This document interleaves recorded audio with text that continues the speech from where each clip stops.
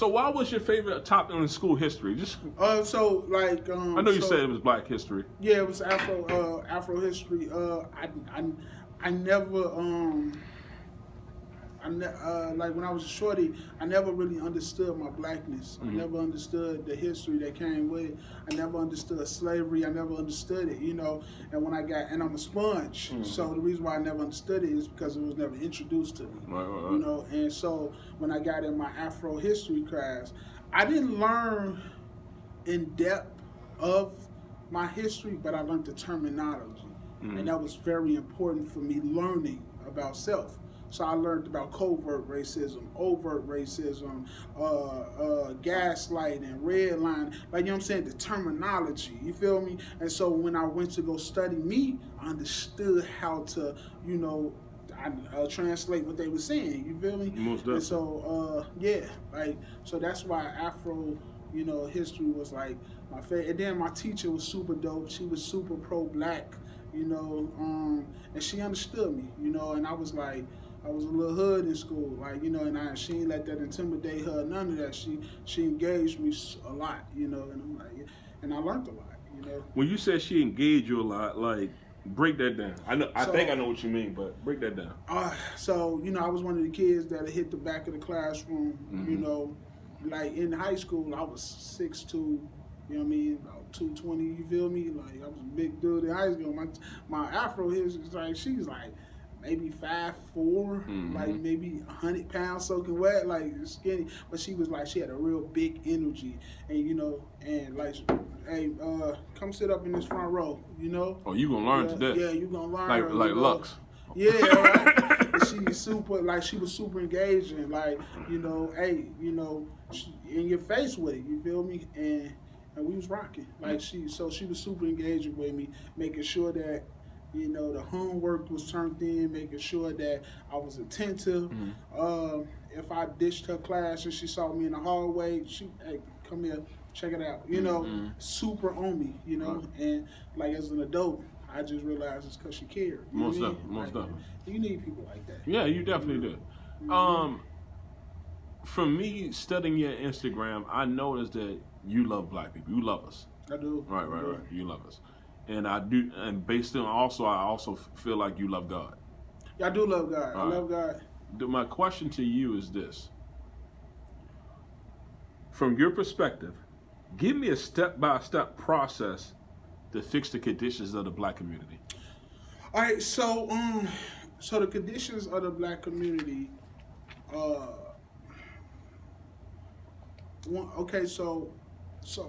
let's do this. I told you. Let's do this. All right, so you know what a kafir is, right? A kafir.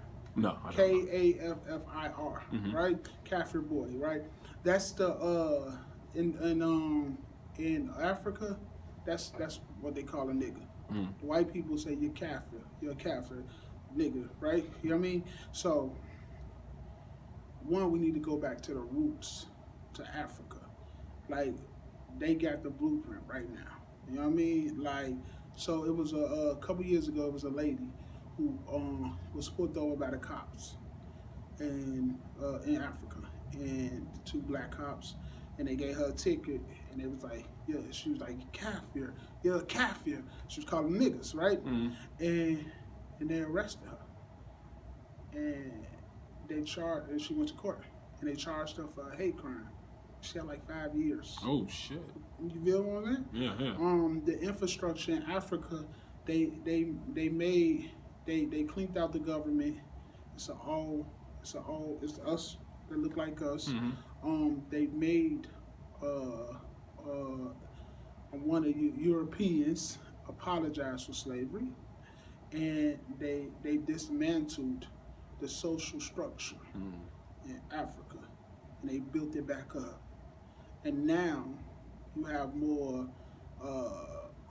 affluent, rich Black people. And I'm not saying that America and our communities we need to take away anything from anybody. But what we do need is to dismantle this infrastructure, because racism is systemic. You know what I mean? And so racism, the only way we will be able to come out the confines of our community, the death tolls, the like if you look in our community, like in here, around here, right? We right now we in Atlanta, and we in a pretty dope area in Atlanta. I haven't saw one liquor store since I've been out here. No stuff. I haven't saw one currency exchange since I've been out in this area. Mm-hmm. I mean, our Uber driver who took us here, he said, "Hey, y'all in the good part. Don't go under this bridge though. You go under this bridge, you know what I mean? If you don't know nobody from there, don't go there." He told us that. You feel me? And the reason why he told us that is because that is the community of black people. Mm-hmm. You're like, yo, that's where they burned down the Wendy's at.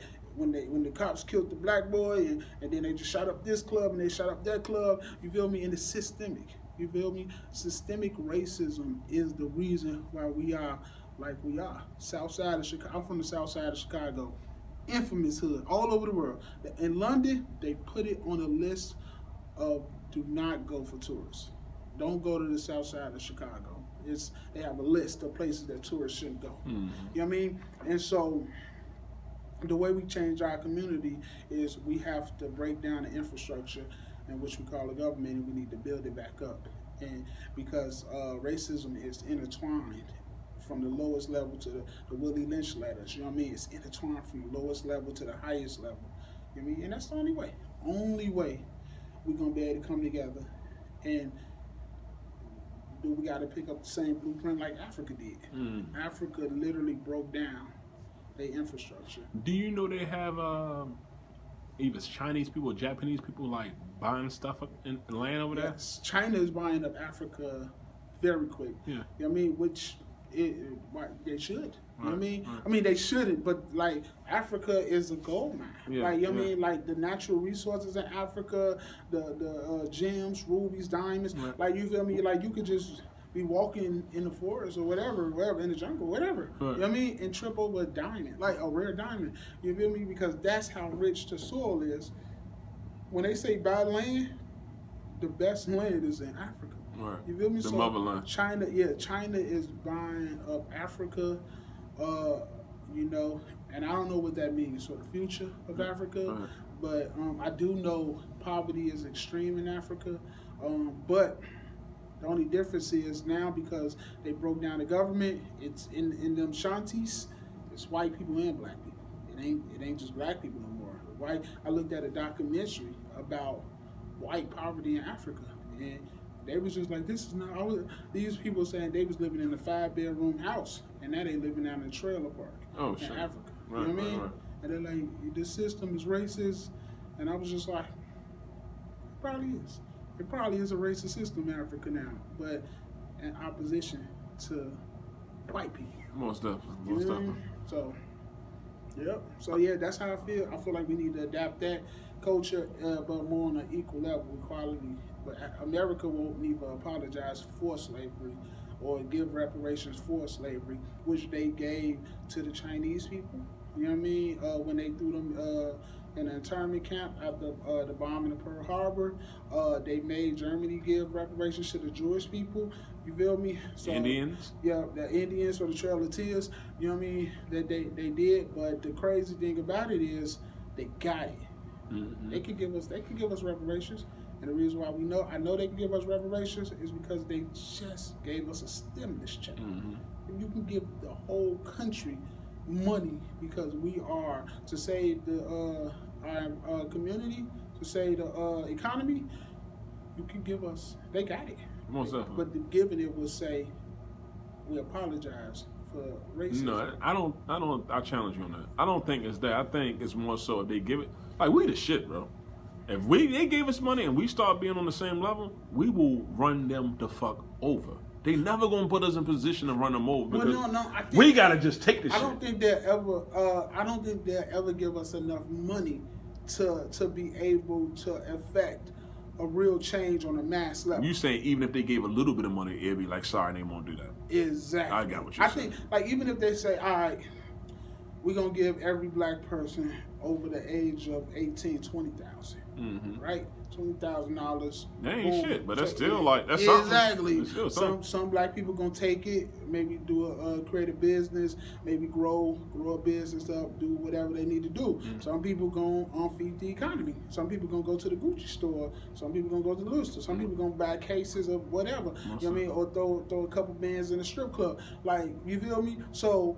But they're never gonna be like, all right, we're gonna get every black person $500,000 for slavery. You know what I mean? And give you some land. But they're not. But see, yeah, and it's the land. You know what I mean? But they're not even gonna give us $1, because $1 will represent guilt. $1 will represent an apology. You know what I mean? Well, yeah, I feel it. I never looked at it like that. Yeah, like nah, they like. You know what I mean, if it was so you basically saying they don't even want to say sorry. They're not gonna. That's crazy. Because, I never thought about that. Because the admittance of guilt. I don't want your fucking sorry. I want your motherfucking. That's what I'm trying to say. Yeah. It's deeper level. The admittance of guilt and apology for slavery will make them have to recognize that slavery was something that happened to build up this system in the economy, which means they will have to put things in place to fix it. So if you identify an issue, got to identify a solution, and a solution will hurt the community, the economy. You know what I mean? So you can't do it. I mean, they can't do it. It wouldn't help them to be able to identify a solution, because now you got to create these sections in the White House. You have to put this office in the White House to race and relations and revolves to slavery and the economic system and depravity that they had. So you can't do it. You can't do it. They can't do it. Or, it's gonna bring down their infrastructure. What's a mistake you made in the past that you would never make again? A mistake that I made in the past that I will never make again. I gave away countless gems that I became used to, and to anybody who wanted. And, you know what I mean? So to break that down, so that was kind of metaphorical. You got $1. You used to $1 milk, right? You got this $1. You know what I mean? And say one day you had this $1. You wanted this $1, and you went in, but the $1 is all the way on the other side of Atlanta. You get over there, travel all the way to get this $1, and somebody give you $2. You get $2. You say, bet. And now on your way back, you see a homeless person, and he needs $1. He said, well, I got $2, and I only need one of these dollars, but I'm just gonna give this person this $1 because I don't need it. I got $1. You know what I mean? And then now, every time you see this homeless person, they want $1, not knowing that you had to travel all the way on the other side of town to get that first $1. Most definitely. You know what I mean? Most They say that they don't have respect for the $1 that you have for it, but you never tell them that you had to do all this. And so now they just want $1. And then you give them another $1. You give them another $1. You give them another $1. And then the day you be like, look, I do got the $1, but I'm not giving it to you. You know what I mean? Then you ain't shit now. You ain't shit. And that's my career. You know what I mean? Yeah. Giving away dollars to people over and over that I had to work for, that I had to grind for, that I had to get it over and over. Giving away dollars. And when I finally can't give $1, fuck you. I feel that's a good breakdown. Yeah. That was a good. I love. What was that? A monologue? What would you call that? Yeah, I love shit like that, bro. I love that shit like that. I talk. Because when you were saying, I was like, where is he going? He's losing me. But then when you wrapped it, I was like, I get it. I get it. I get it. I get it. That was a good one too. That was a good one. That was a good one, bro. What's the hardest thing you ever done, and how did you do it? The hardest thing I ever done, the hardest thing I had ever had to do.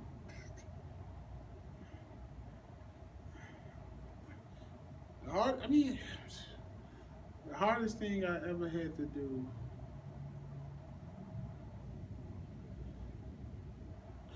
This is a really hard question because I don't think in like hard and easy. I think in like it got to be done. It got to be done. It got to be done. Right, You know what I mean? right. The hardest thing I've ever had to do. Oh, let me rephrase it a different way. What is something you had to deal with emotionally, and it was hard to get through, but you got through it, and how did you get through it? Because now I'm changing the whole thing around. Okay, something I had to do emotionally that I had to get through. I guess, passing to my sister. You know what I mean? That's the one who was giving you the CDs? Yeah. Shit. I'm sorry to hear that, bro. Yeah. Actually, yesterday was her birthday. You know Oh, what I mean? shit. Happy. Yeah. Yo, you know the Happy crazy birthday. thing? Yesterday, 2 days ago, that's my mother passed away 2 days ago. Oh, yeah? Yeah. Oh, yeah. Like, you know what I mean? My condolences as well. Yeah. You know what I mean? So, yeah, like, It was an anniversary. Shane passed away 2 days ago. It was an anniversary of them. Okay. Yeah. I think like so the hardest thing I've ever had to do was as far as in regards to that is accepting that the world won't stop because I stopped in that. You know what I mean? Yeah. So I got to it when my sister passed away. My sadness turned to anger because I looked around and everybody was still doing their everyday life. No, the world stopped. Everything's done. My world stopped, so y'all fucking stopped. Exactly. I got you. And so the hardest thing I had to do was accept that, like my sister passed away. Your sister didn't pass away. You know what I mean? You feel for me because of your relationship for me, and you're gonna be here for me to the extent of what you can.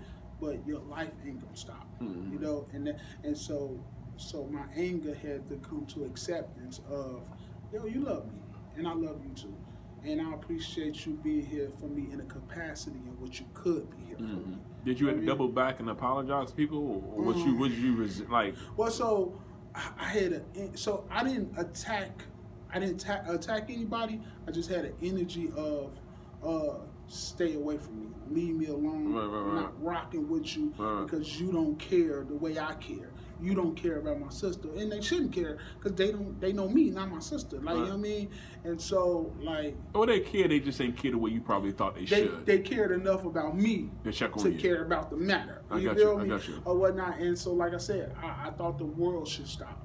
You feel me? Yeah. And how long did you go through that process? Was it months, weeks? You talking about grievance or mad at everybody? Both.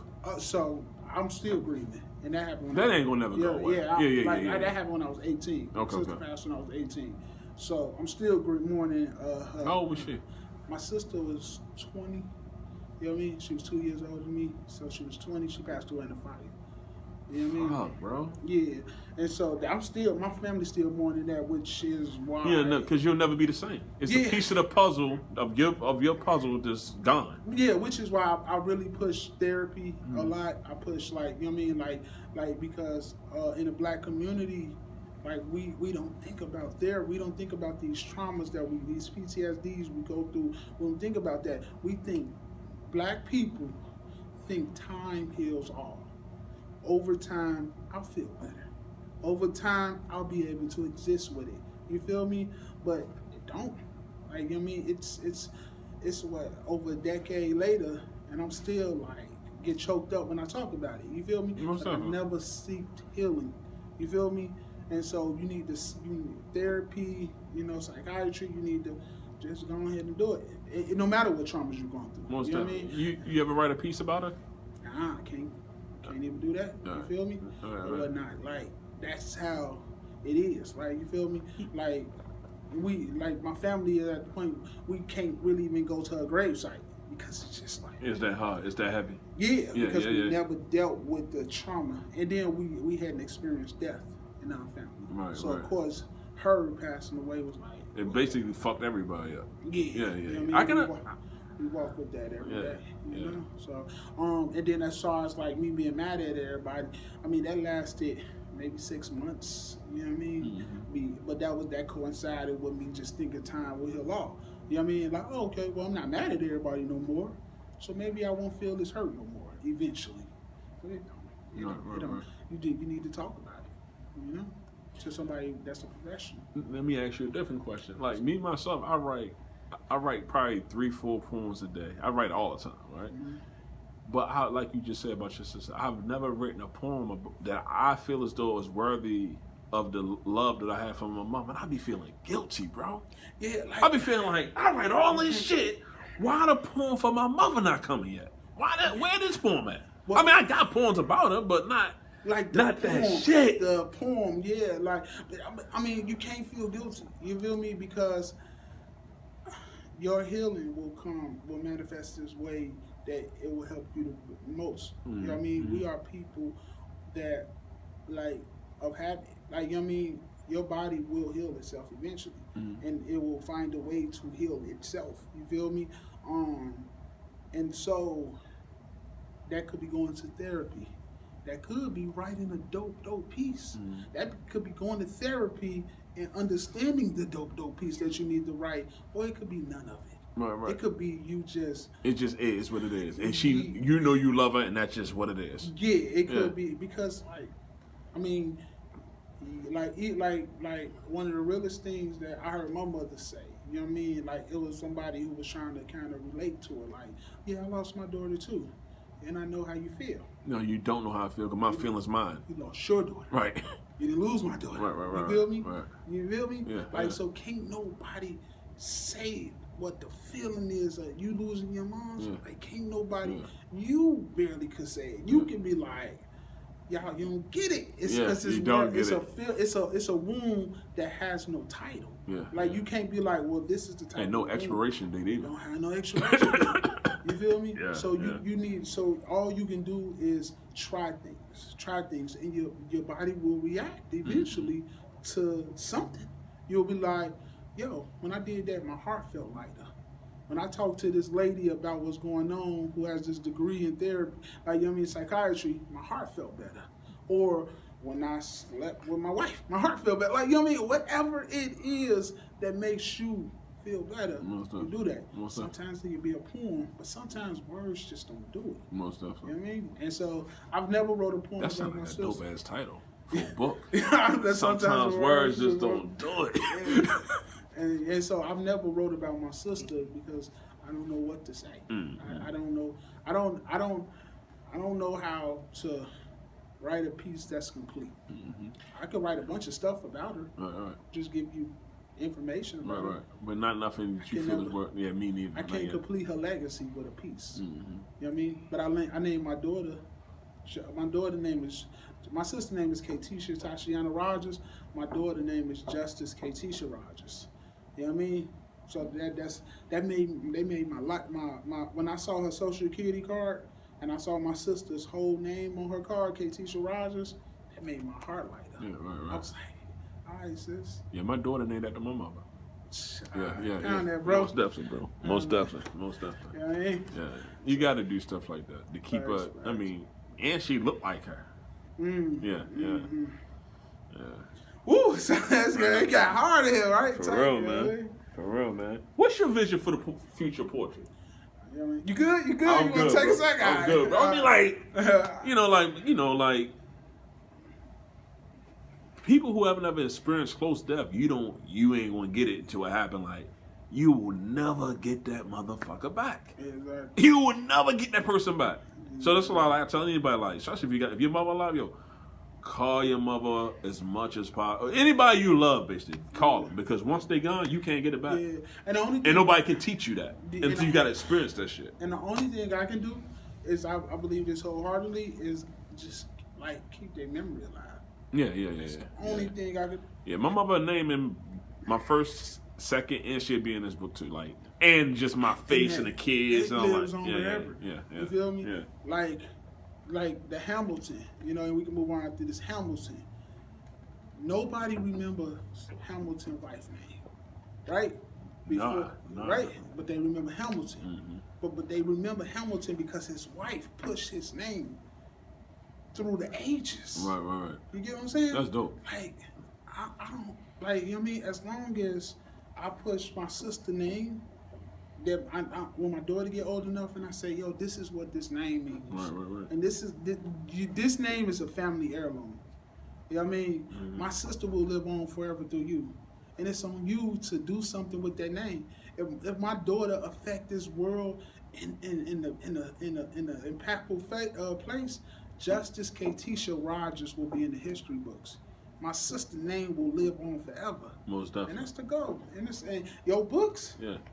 what you do, your mama name will live on forever because you got them immortalized in your books. Most bro. definitely. Like, you know Most what I'm saying? definitely. Most definitely. Like, bro, you doing it. Like, you know what I mean? Yeah. That's what you're supposed to do. That's how I think you're supposed to do. In fact, instead of the question I asked, let me ask you a different question.